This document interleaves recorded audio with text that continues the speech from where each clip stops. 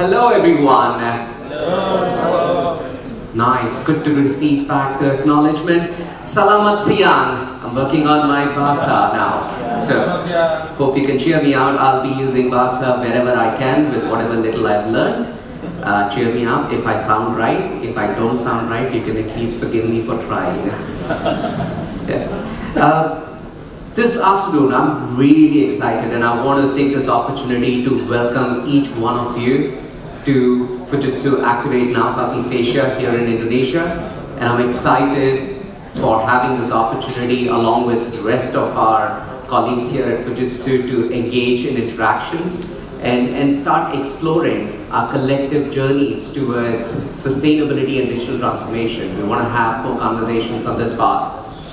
Today, in the next 20 to 25 minutes, what I intend to do is how we can move towards a regenerative society and how we contribute with our own actions as leaders and companies. What do we do? Spend some time defining our purpose, then move into talking more about the latest trends of sustainability transformation initiatives that have been happening, and some of the use cases and some of the technology solutions that have been in play to achieve this.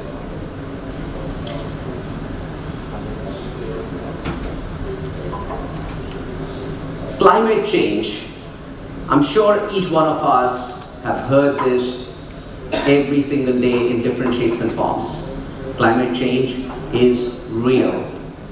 And by now, each one of us don't have to be taught for the first time that climate change is going to have a lot of impact in everything, and it is coming fast. And if we have to go by the reports that we've seen from the World Economic Forum, climate change is the most pressing and also one of those pieces which is predominantly driven by humans. We all contribute towards it. What does this mean? The three risks that have been listed down here is just not mere data points anymore.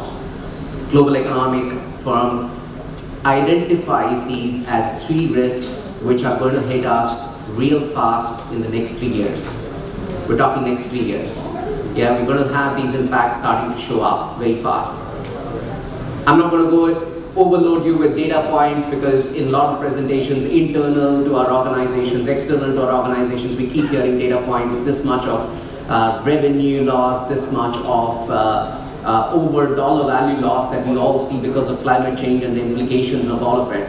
But I want to just bring us back into the purpose and also spend a bit of a moment to say how real this actually gets. Do we not all observe that the world is actually getting hotter every single day? I was just looking outside the window this afternoon and I was thinking, I wish it was very, very hot today, just to use it as an example and have a joke and say, it is very hot outside today. But nah, weather didn't play the part.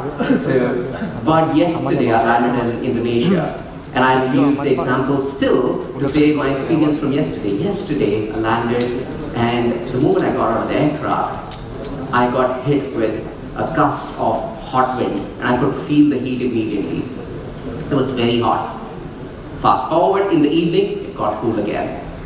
And we start seeing the change, the rapid change in the weather. I'll pause for a moment and ask a simple trivia question. What do you think was the hottest temperature recorded for Indonesia in 2023? Any guesses? Any guesses? Take a wild guess. 40, 42. 41, very close. It was 40.05. It is getting very hot. And I'm sure every one of us have actually seen videos on TikToks, YouTubes. I don't know if I should use those technology platforms here. But we've seen a lot of videos and in our social media about it getting very, very hot. Tires melting on roads. We've seen roads melt, tires getting stuck on extreme weathers in some other parts of Asia. We're not going too far. Within Asia, it is getting very hot. So keeping the purpose in mind, it is getting very hot. Sustainability is real. The impacts of the climate change is going to be felt by us. Yeah? We all might be wondering, what does this mean for us here in Indonesia? Yeah, we're just one country. But just remember, Indonesia also plays a huge part. We are a country here in Indonesia which is housing more than 275 million people, fourth largest populous country in the world. And also something to remember is Indonesia also is one among the top 10 greenhouse gas emitters in the world today because of our forest and peatland conservation and activities that happen. So we do contribute a lot into the greenhouse emissions. How do we take care of this? But that said, Indonesia has already started making progress. It's already started making deliberate changes, and I don't have to come here in Indonesia to showcase some of these reflections, but it's very, very important. One of the key areas that I want to definitely touch on is what Indonesia has set itself as a target. We are looking at having our low carbon city, Nusantara, our national capital, to be a low carbon to a carbon neutral capital, and we have set an aspiration of 2045. That's far in the future, but for that to happen, the journey starts now. And more importantly, look at 2030. The world around us is changing. There have been regulations coming in by a lot of countries around us which have a direct implication on what we all need to achieve by 2030. We're talking about having close to 32% of our direct emissions controlled and solutions being put in place in Indonesia. 32% needs to be done directly and 41% with the support of international. And this is to be achieved in the next 6 years. 2023 is almost coming to an end, so 2024. Another 6 more years. We're looking at that target already in front of us.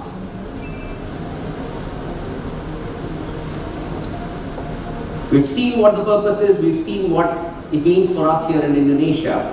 Now I want to go a little more into what does it mean for consumers. Yeah, we're looking at it from a third-party lens. We're all organizations, we're all businesses, we run our own businesses here. What do our customers and our consumers start looking at? So this is one of the surveys that was done in the US, which I'm sure is also one more survey that is going to be happening in Asia very soon. But US and Europe have conducted these surveys to look at what the consumer trends and behaviors are looking at. And we observe that almost 74% of the consumers in today's date, this is real data, 74% of consumers care about the environment and the impact of the purchases that they make, the kind of products that they consume. 94% of consumers are also saying that they're going to be more loyal to brands which live the sustainability path and also show transparency. And more importantly for us businesses, this is something which is a data point. I'm sure there are quite a few sales folks potentially here. We're talking about 1.7% CAGR for ESG reported products, growth in ESG product reports versus non-ESG product. So we're looking at the trends already in motion. Now of course, a lot of things keep changing and we will start seeing a lot more changes to come about. But one of the things that I want to focus our attention into is the pressure on companies to act. What the consumer behavior does, it starts giving us signals. And we start seeing the regulations starting to form more in the Europe and in the West. Like many things that we've seen over generations, the regulations start from there and we start feeling it and the regulations become mandated for us as well very soon. And it starts flowing in from an Asia perspective. So it's always important to keep a line of sight into what is happening on companies and the pressure that's being put in. So we're talking about net zero emissions. 70% organizations are now looking at scope 3 indirect emissions for their carbon footprint and they're expected to report on it. I'll touch on this topic later in my slides on the scope 3 emissions and the carbon emissions footprint and how we are tracking these. But more importantly, the consumer behavior is also translating into what it means for us from a business competitiveness. I'm not going to go through all of the points that are listed here, but business competitiveness with what we do as organizations is going to be imperative. And the global trading and ESG. Now, global trading and ESG is a very important space for us to not ignore, because it's also coming, and the regulations are now being formulated in countries like Australia and Japan as well. And this will be regulations that each country is going to start putting in place. We're talking about regulations, to make it more synonymous, data protection. 15 years ago, if we had spoken, or 20 years ago, if we had spoken about data protection, it was important.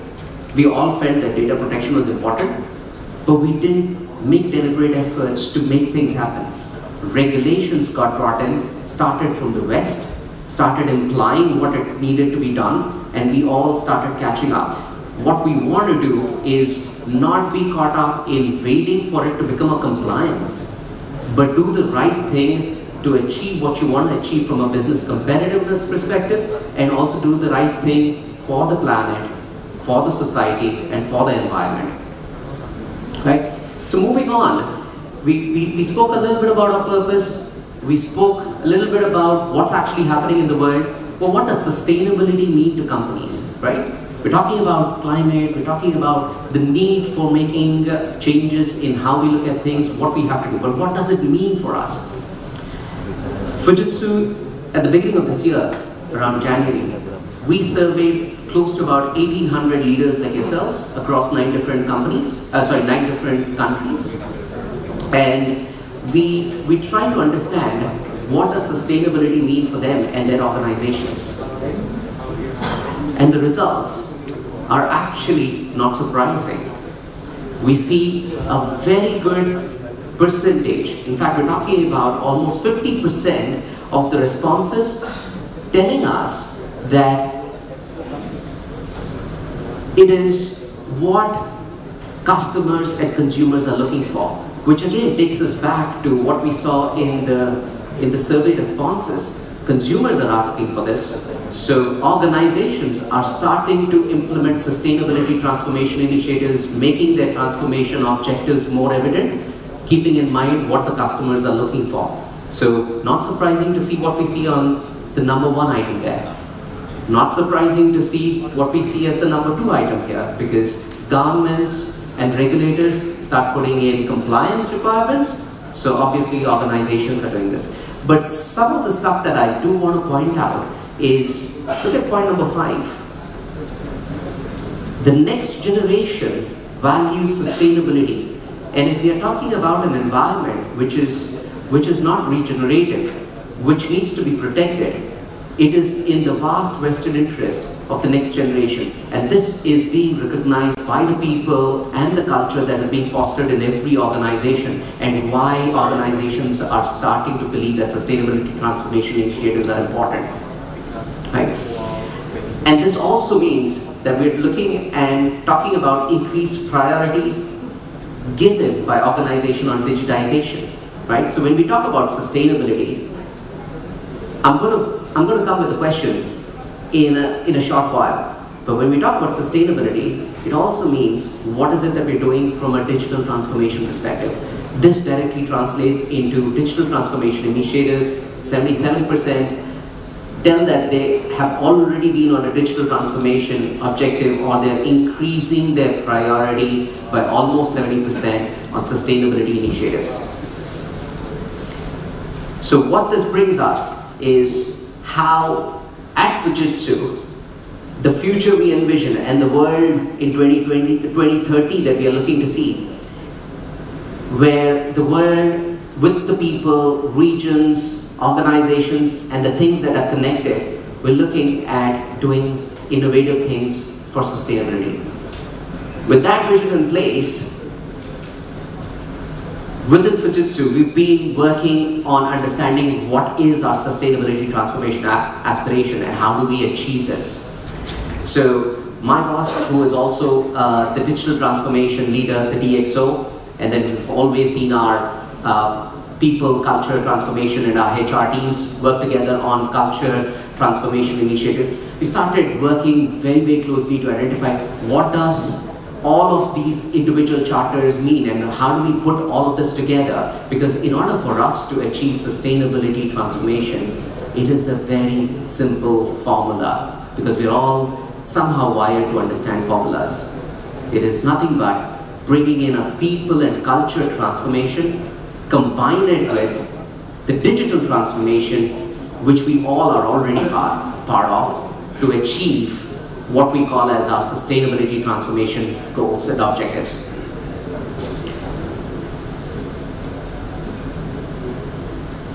To achieve this at Fujitsu, the way we've actually approached, and the aim is to realize a sustainable world, we've kind of started looking at what does it mean and how do we approach our customers and start talking to them about solutions. Even in the experience track later, and something which Kaushik-san alluded to in his opening remarks at Fujitsu Uvance, we're not anymore looking at trying to talk to you, and even in our experience track you will notice, we're not going to be selling you solutions.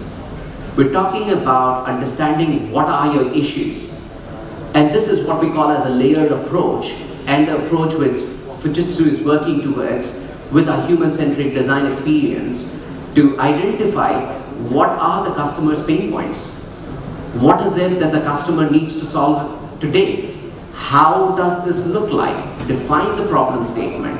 And then with the use of our industry and core solutions, and this is what we are trying to do. We don't sell solutions to you anymore. We're trying to sell you industry solutions. We're trying to talk to you about industry solutions using our core solution and capabilities. And in the middle, you'd see that we talk about Fujitsu innovation. And here is where I'm also going to use the plug of ChatGPT, because no keynote is complete without AI and ChatGPT today, so we have to talk about it. At Fujitsu, being a technology company, we are fully vested into how we build technology and how we innovate every single day. And one of the things that we've been doing, and we've been actively involved in building our AI engines, is some of the solutions that we've been working on.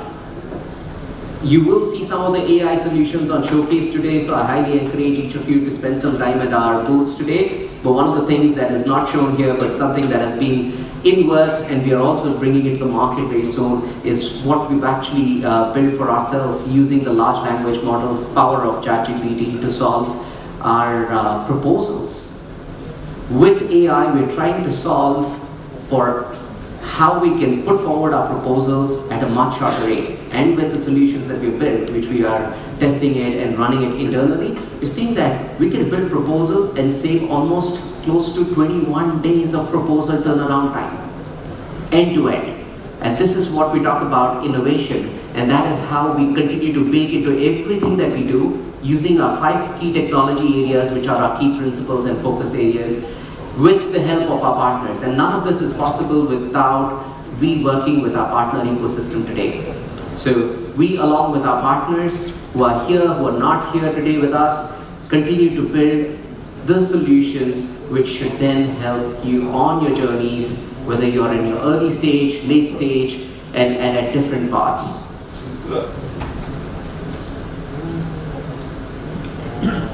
I'll quickly shift into now. We've spoken about sustainability. We've spoken about how we are approaching as Fujitsu on our own sustainability transformation paths. Good to talk about sustainability maturity path. I'm sure people should start seeing this the moment you set yourself an agenda, and I'm sure many organizations who are already part of this event here have gone through their own sustainability and are probably going to find themselves at the different stages of this maturity path. We talk about obligation-driven sustainability initiatives being done. Some of us could be at that stage where we are doing certain things because we're obligated by regulators. Some of us have probably not started our journey yet on what sustainability transformation should look like. And some of us are still figuring out the complex nature of how do we solve for sustainability and what does this really mean for us. And one of the things that I want to point out here and to bring our attention, where does it all start? For us, it all starts with the purpose. How many times do we go down, we talk about digital transformation. We set up a digital transformation office, we come up with a charter for digital transformation, we run it. But when it comes to sustainability transformation, it's not just setting up an office, it's not setting up a roadmap which just us, because sustainability transformation is just not one industry. It's a collection of all the industries, collection of all the departments, all the teams coming together to achieve these objectives. So it all starts with the purpose, setting up the purpose for ourselves. And later in the experience track, we are going to see the human-centric design experience workshops that Fujitsu offers today, which helps organizations identify and pinpoint by bringing in all the departments within your organization to understand what is it that you want to solve. How does sustainability look like, and what, when solved, is going to start translating into your own aspirations. Then we move into realizing net zero emissions. I'll touch on this when we go a little more into the deep use cases and why we need to solve, and we're going to use 2030. Calendar year 2030 is a very, very important year because a lot of regulations are pegged to carbon neutrality and decarbonization initiatives on 2030, so we will touch on it. But realizing our net zero emissions as one-stop services, which we've got a solution where we've joint partnered with somebody that we will showcase out here. And more importantly, creating a supply chain transparency for our consumers. Some of us could be in industries, directly or indirectly, working with our own supply chains. We will touch on a use case which talks about how supply chain transparency, and we're also going to be using one of the solution showcase in our experience track, so I'm not going to steal the thunder for each of you to see and experience how this looks in real life and how Fujitsu, along with a couple of our partners, have been able to build some solutions that you could all benefit from. So we spoke about realizing net zero 2023. And in 2023, let me just recap again and point us, effective this year, that many of us know, effective this year, in EU, customers are mandated to disclose their climate change risks following the corporate sustainability reporting. It's happening, and that is also going to go into 2025, where this is going to become an obligation for carbon emission reporting in 2025 for non-EU members as well, doing businesses with EU or in EU. You might think that, hey, I might set up my own office here, I don't operate in EU, how does this affect me, or will this ever affect me? It does. Come start having a conversation with us to tell you more about what this could and this might start affecting some of the businesses that you do with the rest of the world. And when we talk about this, there is European Union legislations that requires EU businesses, including qualified EU subsidiaries and non-EU companies, to report on their environmental and social impact. And this means how we then report on all of these in terms of the business that we do. So Fujitsu, along with our partners in Europe, Ensys, jointly provided a one-stop service. So we've partnered with Ensys to come up with a one-stop solution to realize decarbonization. And the solution, which we are working with most of our customers in Europe, is right from strategy planning, all the way into data collations, visualizations, creating the normalized way, providing the digital rehearsals to then get them to their end state of achieving their reporting objectives. This is important because this is coming, and this is going to come to us very soon in this part of the world, because we do business both in Asia and with the rest of the world. The same happens with supply chain transparency.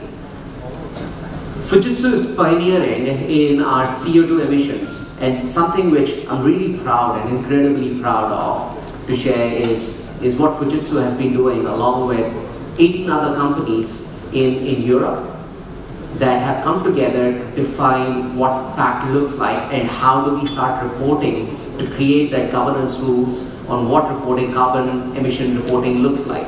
It's an important initiative because the three biggest challenges that we see today when we talk about our CO2 emissions and reporting is there is no one vector which tells us what does carbon emission look like from one company to another. How do we create a standard on how each company should look like? And PACT is that regulatory body that is actually getting created, which we are part of, to help frame what these regulations should look like and how we contribute towards it. And this is directly going to have a solution / implementation that we need to start thinking on how we report our carbon emissions. I'm not going to go deeper into this on use case solutions, but I'm going to give a teaser here to say that some of the supply chain solutions that we are referring to and what it means from a carbon emission standpoint is going to be showcased in our experience track. We want you to spend some time there. These are amazing examples where Fujitsu, along with our partners, are actually being able to build. I'm going to touch on Tech Tracer, which is our fashion industry customer whom we have actually worked with to build the solution, which in a way is futuristic. And I'm going to use the analogy of, before I go into the solution, I'm going to talk about how many of us, when we talk about supply chain, how many of us 10 years ago would walk into a supermarket, pick up a product, and look at the label and see what is the nutritional facts. How many of us used to do that 10 years ago, 15 years ago?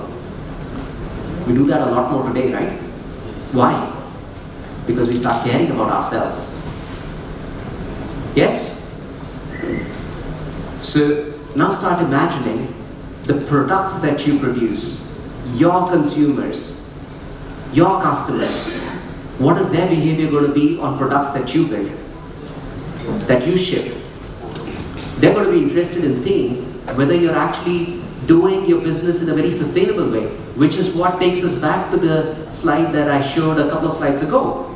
Consumers are willing to pay that extra money for organizations which are able to report and show a sustainable way of doing a business. And that one such example is what we're going to be showing with Tech Tracer, which is going to be on display in our experience track, and you can touch, feel, and interact and see how that looks like.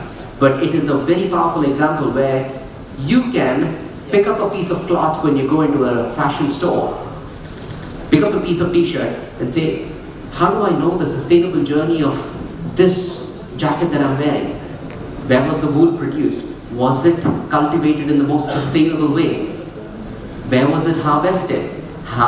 Which were the mills that were involved in spinning the twines? What were the mills where the dyeing happened? How was this stitched? Where did the stitching happen? Can I get that information on which stitching and factory basically assembled this cloth or created this cloth to then stitch my product?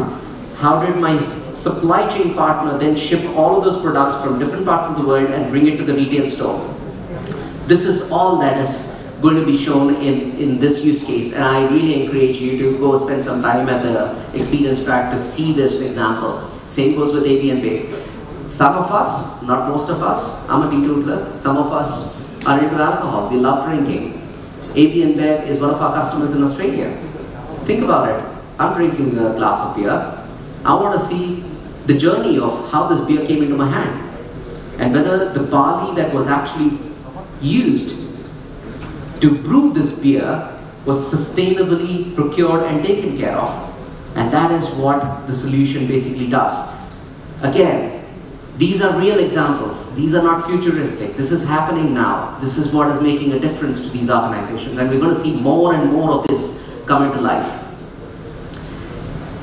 With all of this said, the objective for today, when we keep talking about our regenerative society, when we keep talking about sustainability, when we keep talking about sustainable transformation, we want us to center our thoughts around why it is important and how we look at it. And if there is one thing, if you can walk away today remembering what you have from a sustainability transformation perspective, is a simple formula as well. Bx plus Cx equals to Sx. So Bx plus Dx equals to Sx. You bring in the transformation in the people, in the culture of your organizations to identify what is important. Add it on with the digital transformation initiatives that you're running to basically make a sustainable society, and that would automatically start ticking off a lot of your sustainable transformation objectives. With that said, I want to close it off and say, are we really ready? And I want you to start thinking and have interactions with all of our colleagues here from Fujitsu on where your journey is at, how can we be part of your journey as we continue to build and innovate with our own technology solutions, and as we continue to make the world a more sustainable space, like how Kawashima-san has showcased in the opening remarks, with our own vision of Fujitsu Uvance and where we want to be as an organization. How can we be part of your journeys, and how our technology solutions can help you achieve your own sustainable transformation goals.